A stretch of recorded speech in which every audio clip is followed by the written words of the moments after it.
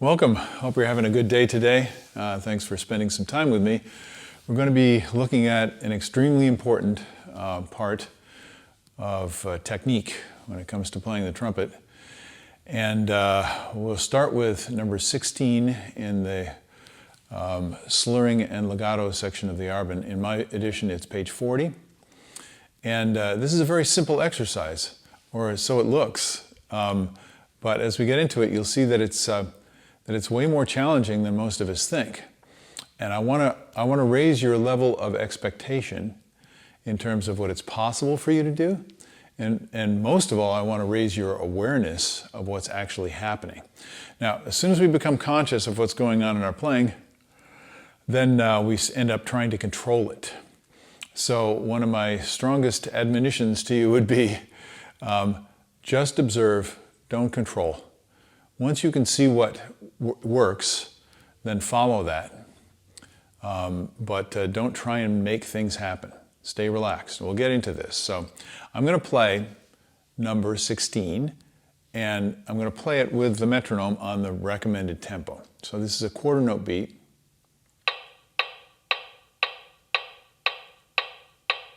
And there are half notes written. So I'm not going to play all the way through because I know it's boring to listen to people play exercises, but here we go.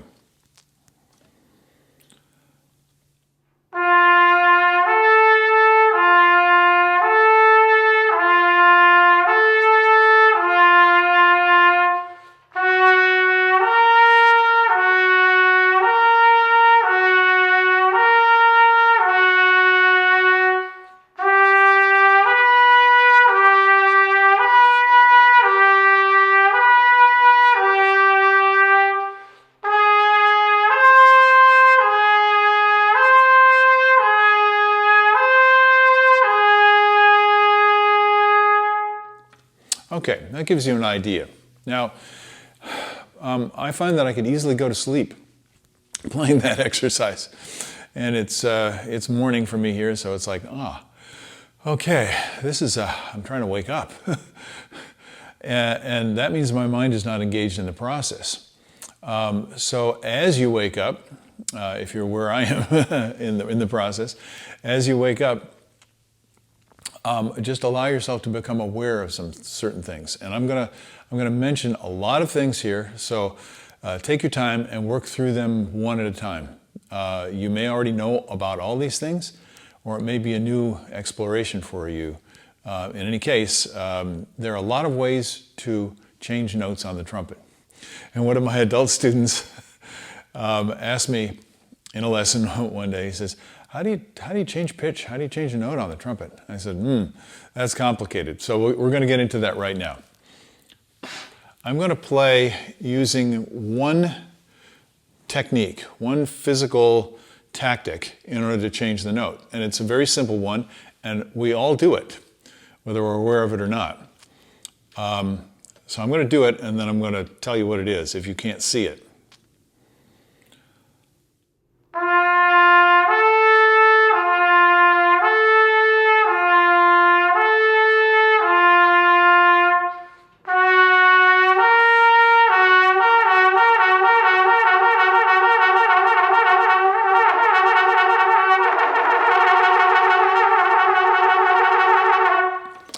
So I'm doing a shake. And when I do it slowly, you probably couldn't tell what I'm doing. It's a little bit rough when I'm going faster, and shakes generally tend to sound a little bit rough unless you practice them a lot, like the guys in Count Basie's band used to do. But all I'm doing is changing the pressure of the mouthpiece. So I'm holding the instrument and I'm lightly just moving the horn toward my face and away from my face. Now I'm going to make some suggestions to you. First of all, this works. Second, it's not the best way to do lip trills or lip slurs. It's part of the process. So on the one hand, don't try and keep from using mouthpiece pressure. Mouthpiece pressure should be steady, stable, and flexible at the same time. So it just follows what the rest of the system is doing. You don't even think about it. But when you're doing a shake, you're doing it on purpose. So that's a good way to become aware of it. Now, some of you, I realize, won't be able to do a shake, and that's fine. If you can't do a shake, there's two things you need to look at.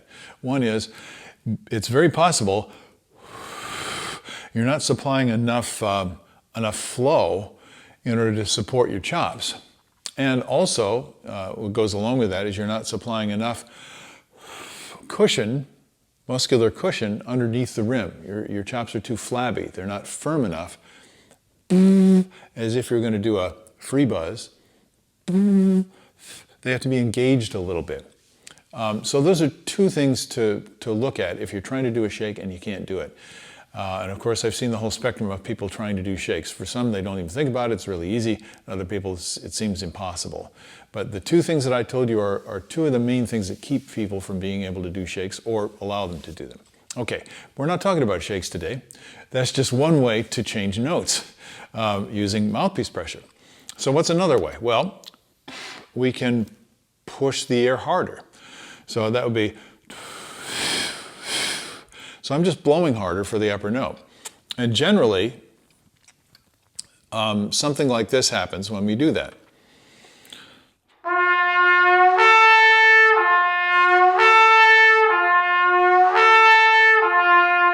So that doesn't sound very smooth. And that's because my embouchure is not balancing with what I'm doing with the air. If my embouchure stays nice and steady,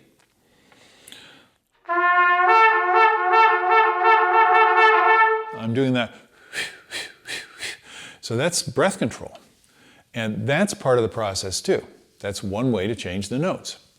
Now, for most people, they're doing a little bit of each of those things, and that's not wrong. It's just kind of difficult to manage, and it's difficult to feel what you're doing. So the main purpose of doing this exercise, number 16 and the following ones up through number 21, which all they do is get faster, by the way, is for you to figure out how you're doing it. Now, we're going to get there. Thank you for your patience. What's another way to do it? I'll give you the most common way that people do it, and it might be because we call these lip trills. Lip trills. I don't think they're lip trills. I think the lip should be the embouchure, the vibrating mechanism, the reed. Some people like to think of it. I like to think of it that way. Should be stable. But with many trumpet players, maybe most trumpet players, what they're doing is they're increasing lip tension to get the upper note. And this is what it sounds like.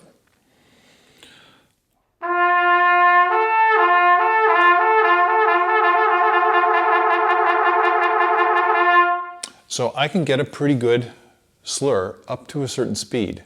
As quickly as I can change my lip tension, I can get a lip trill. But there's going to be a limit to that. Of course, there's a limit to everything. But you can only wiggle your lip quite so fast. And that's the way a lot of people are doing it.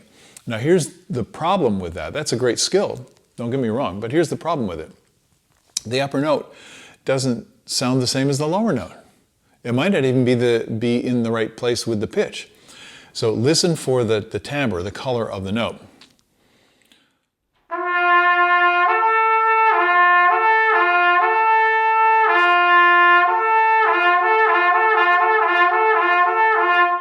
I hope you can hear that the upper and the lower note sound very different from one another. So that's one of the main things to help yourself when you're practicing lip slurs, lip trills, is listen to maintain the quality of exactly the same freedom of vibration, the same quality of sound, the same color.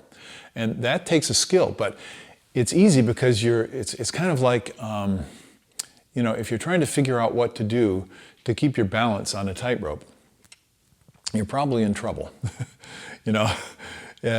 What you're trying to do is maintain your balance. You can't do it by figuring it out. You're just letting your body tell you, oh, I'm out, oh, correct, oh, I'm out, oh, correct. And if you're good at it, you're not perfectly in balance, you're just staying very close to being in balance. And that's exactly the way this is. So we're trying to keep that embouchure balanced in the airstream. And if it's rigid, it can't stay balanced. And if it's too flabby, it can't stay balanced. It'll get pushed around by the air. Okay, these are theoretical things. But the simple thing is just listen. You can hear what's going on, I hope. And when you listen for the quality of the sound, all you're doing is maintaining balance. So you're doing one thing. You're not thinking about all these physical things that I'm telling you about now.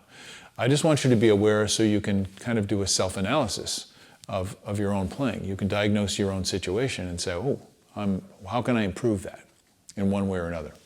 Okay, what's another way you can change the air? Change the note, rather. So I did changing the air power. I did doing it with the mouthpiece pressure. I did doing it with the lip tension. And there's another way to do it. Well, actually, there are several.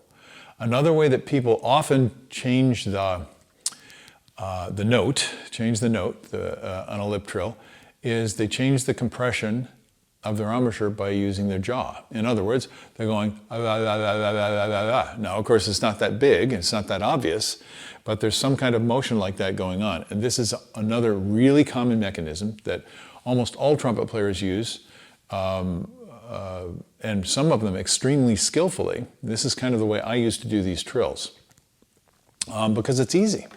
And anything that's easy is not bad. It's like, this is good. You just need to know what the advantages and disadvantages are. So I'm going to do it with a lip trill with my jaw. So it's actually a jaw trill. It's not a lip trill.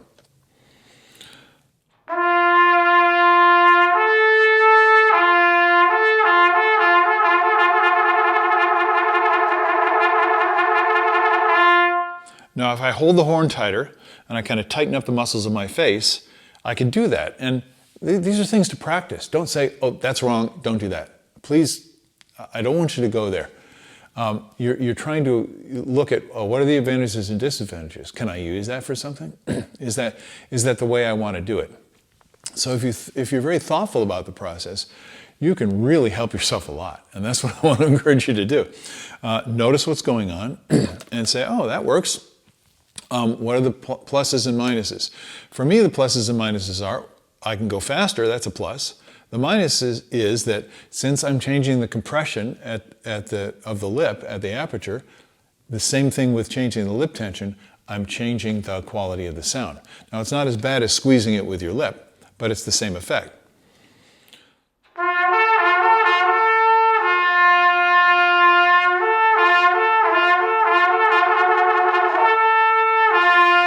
So you hear one note is quite a bit louder and more resonant and more focused, and the other note is a little bit stuffy. It's a little bit compressed sounding. Yeah, that's because it is physically compressed. I'm squeezing the lips together harder, and the way I'm doing that is by moving the jaw. Now, if you're a French horn player, which you're probably not, because I don't think many horn players are going to be watching these videos, although I hope they will. Tell your friends. You have to be a lot more liberal with this approach. In other words, a French horn player has to play, an accomplished horn player has a good at least 5 octaves in range. So they're playing way down into the lower register because it's a much longer instrument than the trumpet.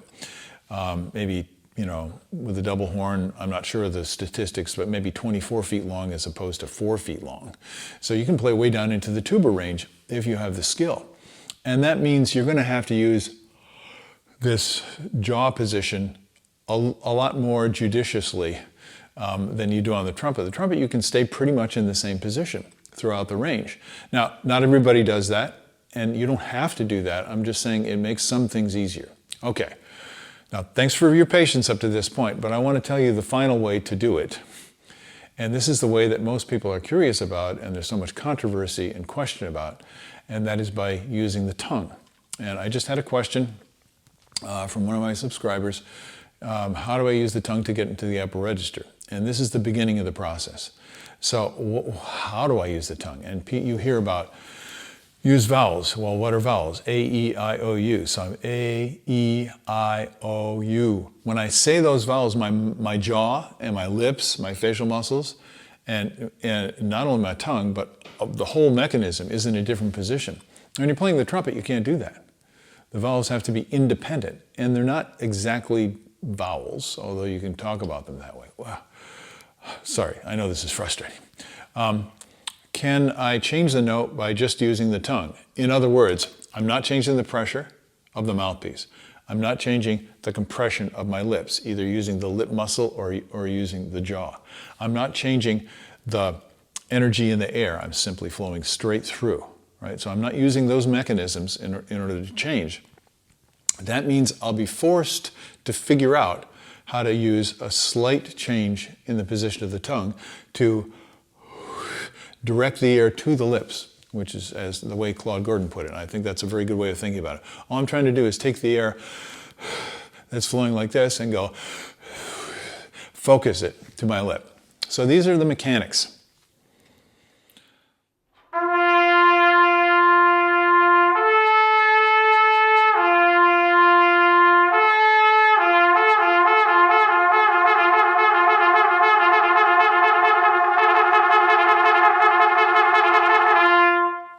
If I can keep my embouchure and my jaw stable, I keep my tongue relaxed, and I maintain very easy flow of the air. Don't start pushing the air against the aperture and stressing it, or fail to create enough flow, to release enough flow to support the vibration. If those things are all in balance, I'm going to be able to do this. So he starts slowly on with a quarter note beat at 1/16 on number 16. But I usually start with number 22 because that's a rhythmic change. So what you're doing on 22, and I'll start at the slowest metronome speed that he recommends, which is 96.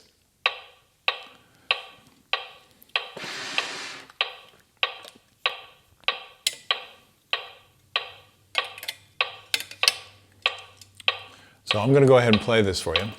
And this moves throughout the range, so I'm going to do it a little bit higher.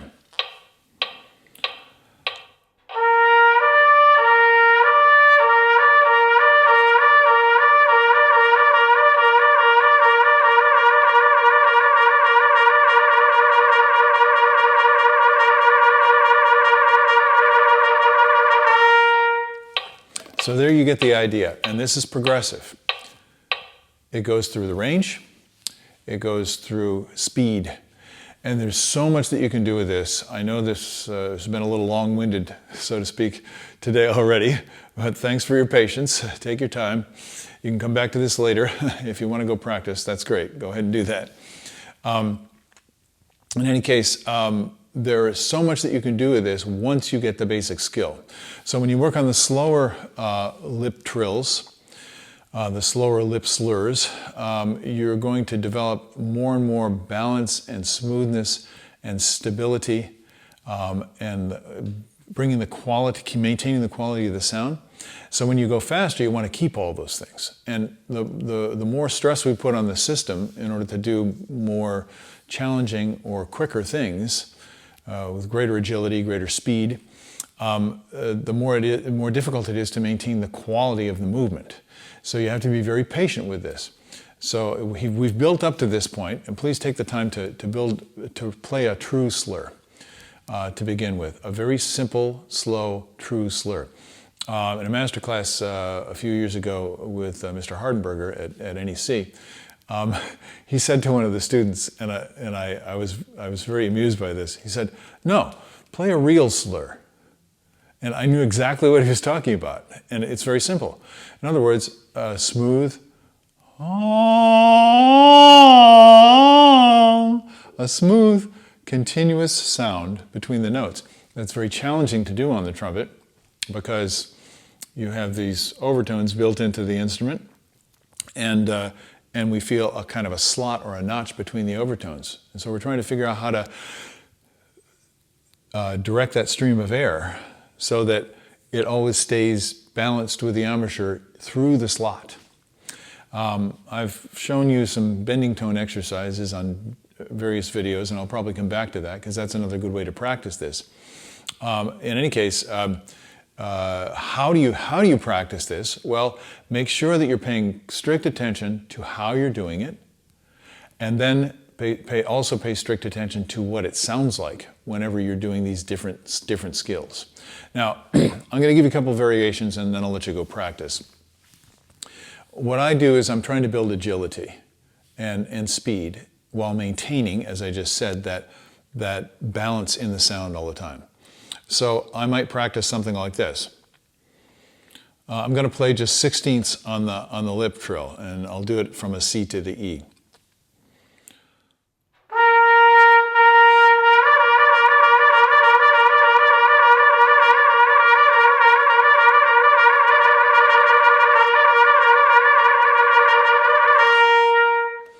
I notice when I go faster, I'm tending to tighten up. And the areas for me that tighten up is I might be using a little bit more pressure. My jaw might get tight, especially the tongue tends to get tight, and the back of the throat, the top of the throat or the back of the mouth, and the pharynx, the pharyngeal muscles back here. That's a huge area that gets tight. Or my glottis might be getting tight, my coughing valve might be getting tight. So if you feel the tension, you're going in the wrong direction. You're probably trying to go too fast, right? But this is really, really important. Do it at a steady tempo so it keeps you honest. You're not just trying to get blah, blah, blah, blah, kind of a random trill. You're trying to do it at a tempo. That's what's good about number 22. He has you doing a strict, specific rhythm, and that's a great thing to practice. As you go from sixteenths to here it's sextuplets, 16-note triplets, you want to have a strict rhythm. That's why this exercise is written this way. So.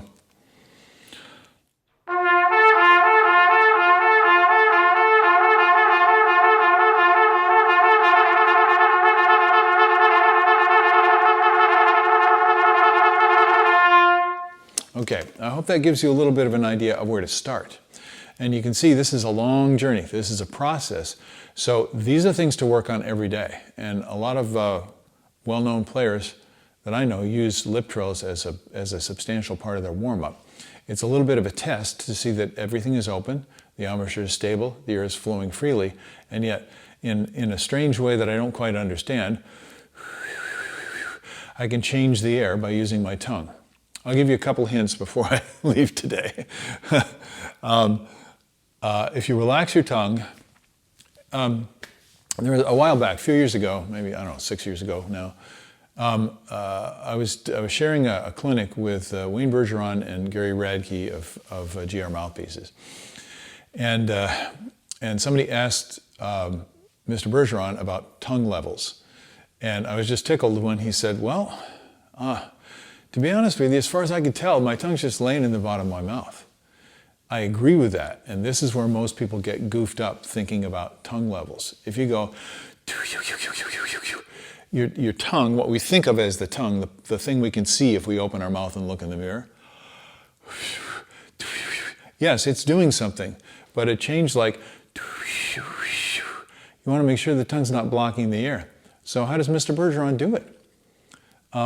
The tongue position is very relaxed. And as Herbert Clark used to say, the tip of the tongue is resting, or I like to think the front edge of the tongue all the way around, is resting, gently touching against the bottom teeth. So now your tongue is laying relaxed and filling in the space between your teeth. It's not engaged, the muscle's not engaged. So how do you change the vowel?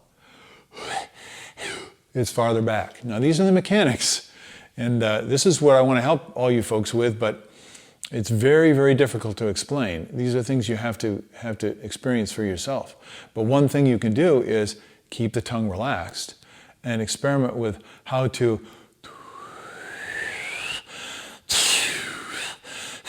let the tongue and the pharyngeal muscles in the back change level to accelerate the air. That's how you use the tongue to play in the upper register. Now, of course, if the airflow is not free, if your embouchure is stiff, if you're using too much or too little pressure, if you're, fill in the blank. If anything else is not doing its job well, this mechanism will not work. And that's why most people have significant trouble with it. Everything else has to be doing its job. The airflow has to be there. The embouchure has to be set up so that it can, like a shock absorber, it can take all those changes in the air speed and the airflow in such a way that it's not disturbed. It can stay vibrating just as freely with that touch of the buzzing surface all the time. Now, if you can start to feel some of these things, you're going to be able to practice them effectively. I know I've tried to feed you too much today, but I hope this is new material for some of you, and you'll be able to taste it for yourself when you go practice. So please do that now. Don't try and do everything at once. Just pick one thing. Take some notes for yourself, record yourself, see what's happening coming out the bell, and I'll see you later on. Thanks for your patience on this one. This is a tough subject.